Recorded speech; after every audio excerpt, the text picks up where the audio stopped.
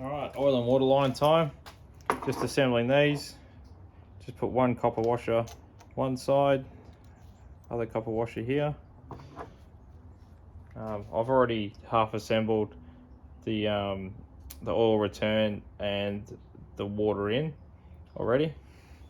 Now I've got to do another water line.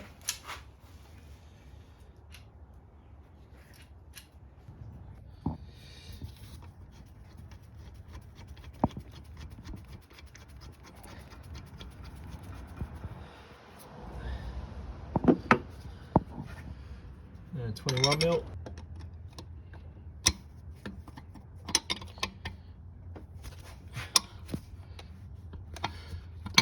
Don't do it too tight because you might snap it.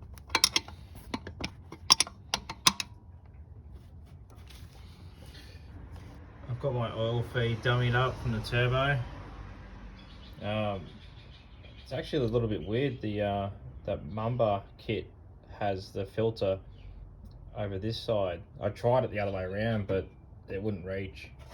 And a lot of other kits have that filter about there, which I reckon looks pretty neat.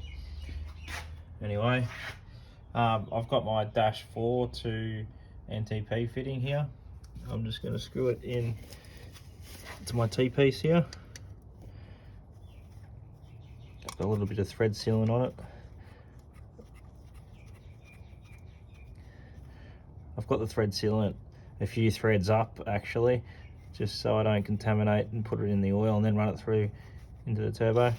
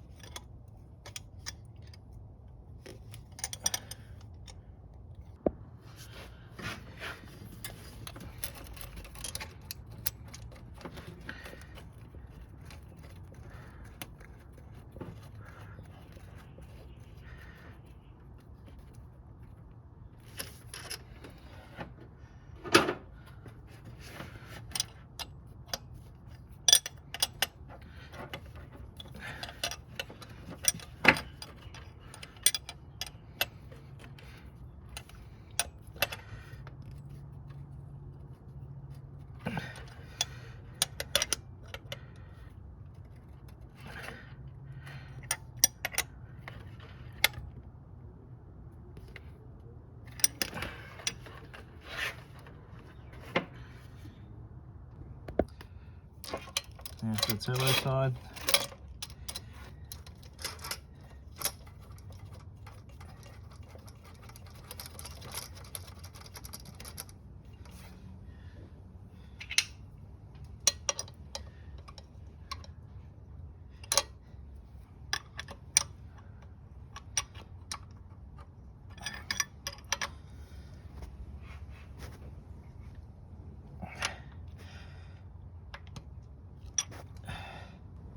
Alright, it's just after lunch now. I'm just going to check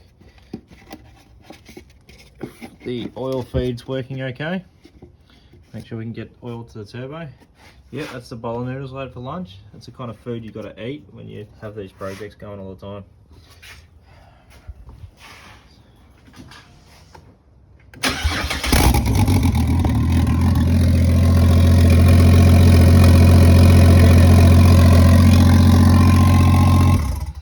Okay, for the water lines coming off the turbo, I'm thinking of teeing into here, right there. Just put like a AN adapter, -6 adapter into here, because it seems to be the thickest part. Now I always have water in here.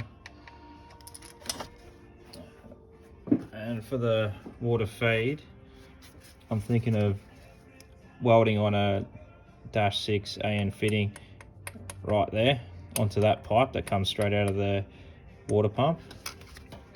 So I've got this little fella here. So hopefully I can just weld it on there and then join this hose to there. A little bit more involved. I see most people like tee into this or that. It would be good actually to tee straight into the where the heater hoses go, but you've got all this heat from the dump pipe and all that kind of stuff, and this hose doesn't really reach So I'm going to just do it the hard way, I guess. Alright, I removed the water pump line from the back of the water pump and from the block. There was like a 10mm bolt up the end here with the clamp that holds that on there, and now there's a 13mm bolt here. And my plan is, I've marked out where I want this male AN-6 fitting to go, and from here I'll just weld it on there, and then I'll be able to put the turbo line onto it.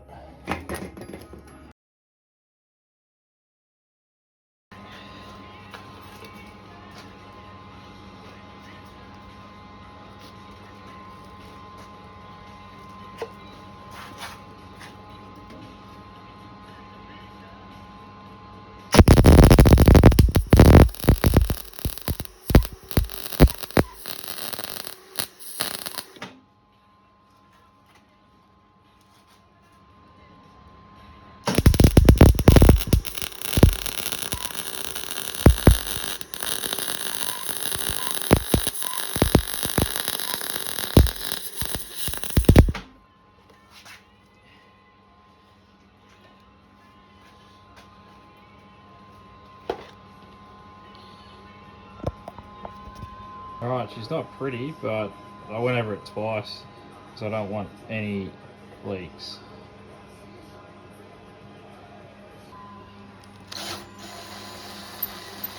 Oh damn. I should have measured twice.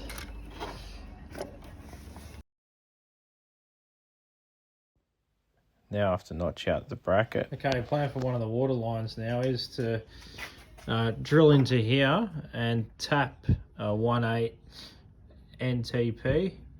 It's a little bit small, but the banjo bolts are about that size anyway on the turbo end, so it should be right. I might drill into the thickest bit here.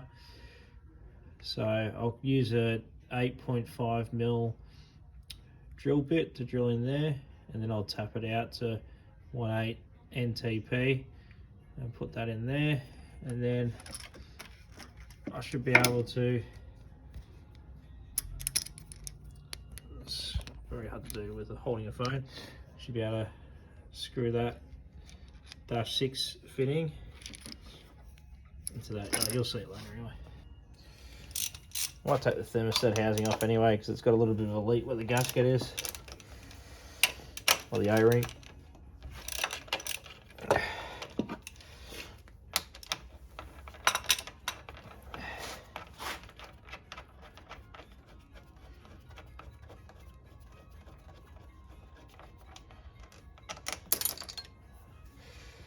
Oops. Oh, I can see that. Most people actually drill and tap into here. I was going to do that originally, but I read a few Facebook posts saying it's not the right place to do it. And plus the factory turbo one, I believe, comes in underneath, so why not get it close to original anyway? It's a little extra work.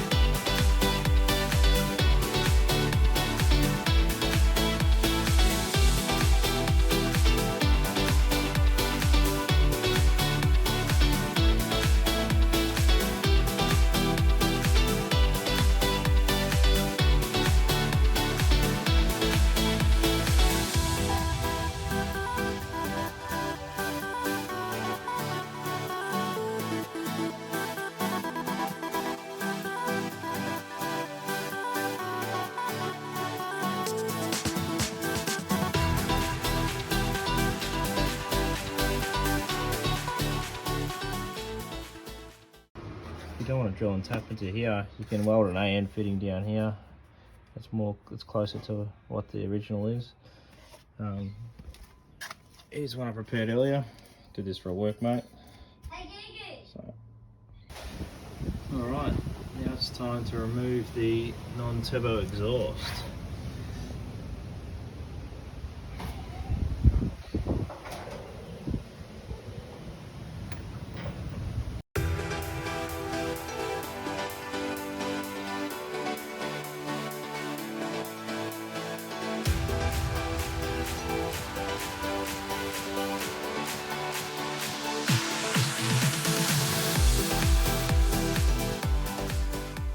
God, what a mission just to get that rear muffler in. Absolute mission. I had to jack it up as far as my jack would go, then even more by adding blocks of wood, and then still wasn't high enough, so I had to undo the rear K-frame, just loosen a little bit on the other side, and I just got it in there. Sketchy, but it's finally in there. 100 cell cat install.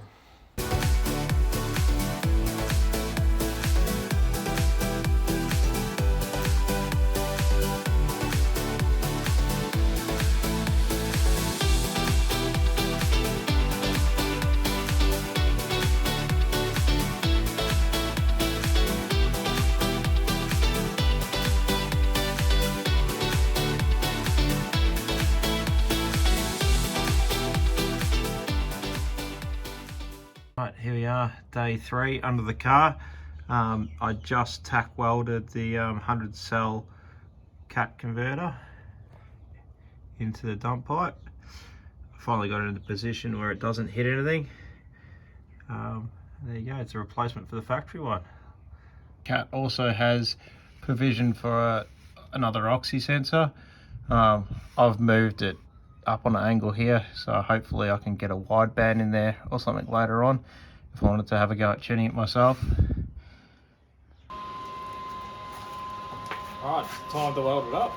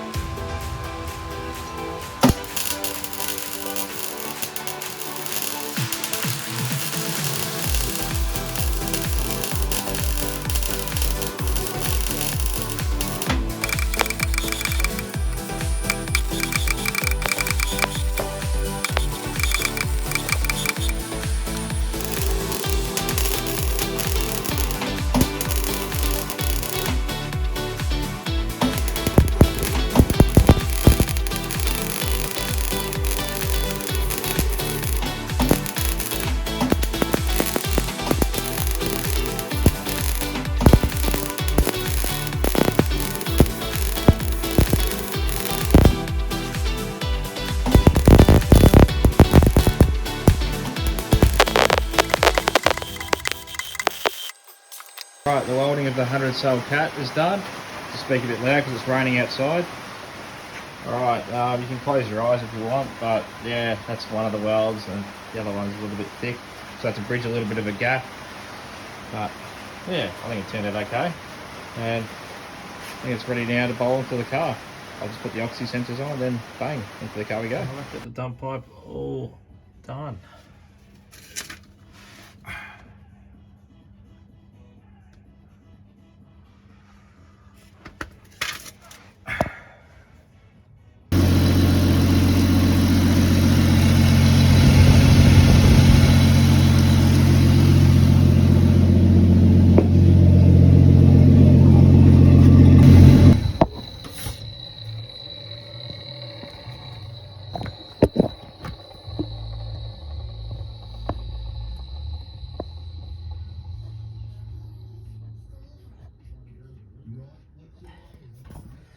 It's time for the intercooler, I reckon.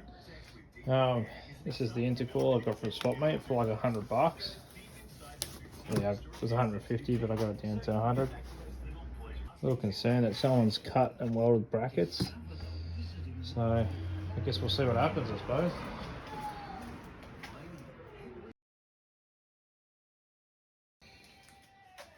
Straight up I can see the power steering coil is going to be in the way. There's not going to be enough space between it. So I think I'll just join the two rubber hoses together, which are down there somewhere.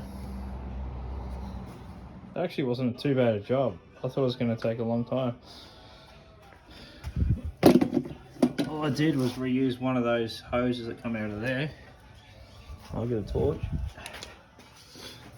All I did, where it goes, the return from the reservoir back into the rack, all I did was took one hose off the cooler and just put it up there. Simple. I hardly lost any fluid as well. Absolutely ecstatic. That actually went on really easily. Whoever modified these got them spot on. That's really freaking good. So happy with that. I don't know with the factory turbo ones, is that plastic in there actually tapped for a bolt? I don't know. Look at that, spot on. Love it.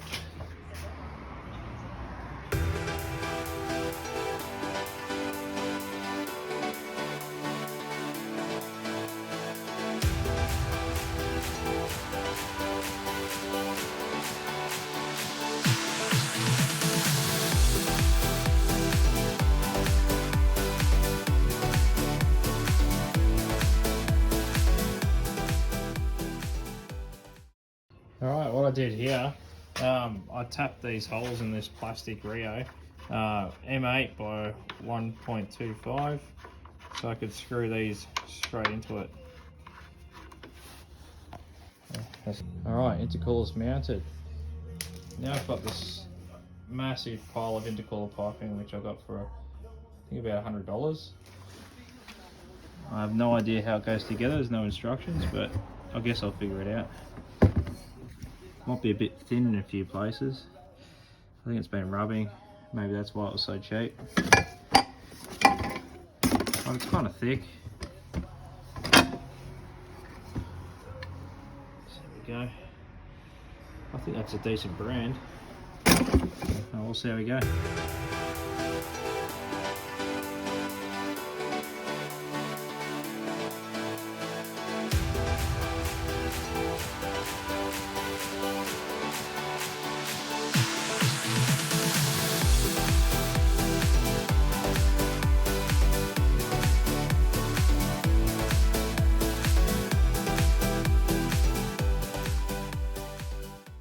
Intercooler piping is done.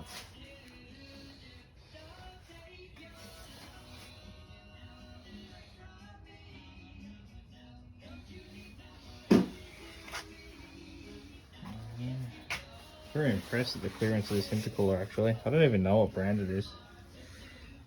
So good.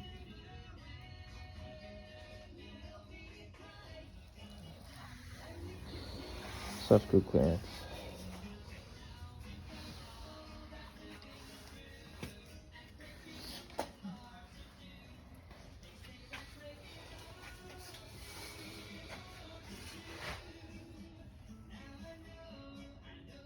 Alright, figure I'm going to need a bit of heat protection between the manifold and those heater pipes over there, because I reckon it'll get pretty hot there, especially on the dyno when I get it tuned. So I can't afford one of those $300 heat shields for the genuine FG turbo. So I think I'm going to modify this a little bit. I might give it a little bit of a cut there and go up just past this bolt hole here. See how that turns out. Alright, there's the heat shield done. Yeah, it's a bit dodgy and hacky, but I think I'll do the job. Alright, there's one thing I didn't know. If you're putting the factory crossover pipe on that goes from the turbo across to the airbox, you've actually got to, if you've got a non-turbo engine, you've actually just got to tap this so you can fit the crossover pipe mounts on there. One there, and then there's another one at the back here. So you have to tap that one, it looks like it, and that one at the back there. The tap I'm using is, I think it was M8 by 125.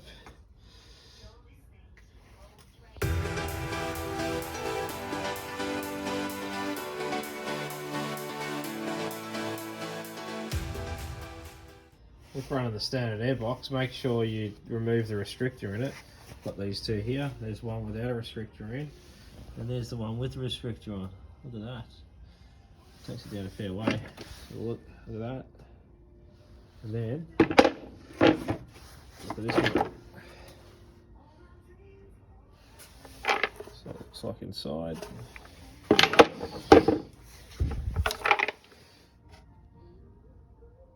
That's the restrictor. I'm sure these days most people would have removed it, but for some reason, out of the 4 airboxes I have, 2 of them have still got the restrictor in. You reckon this is still good for 300 wasps?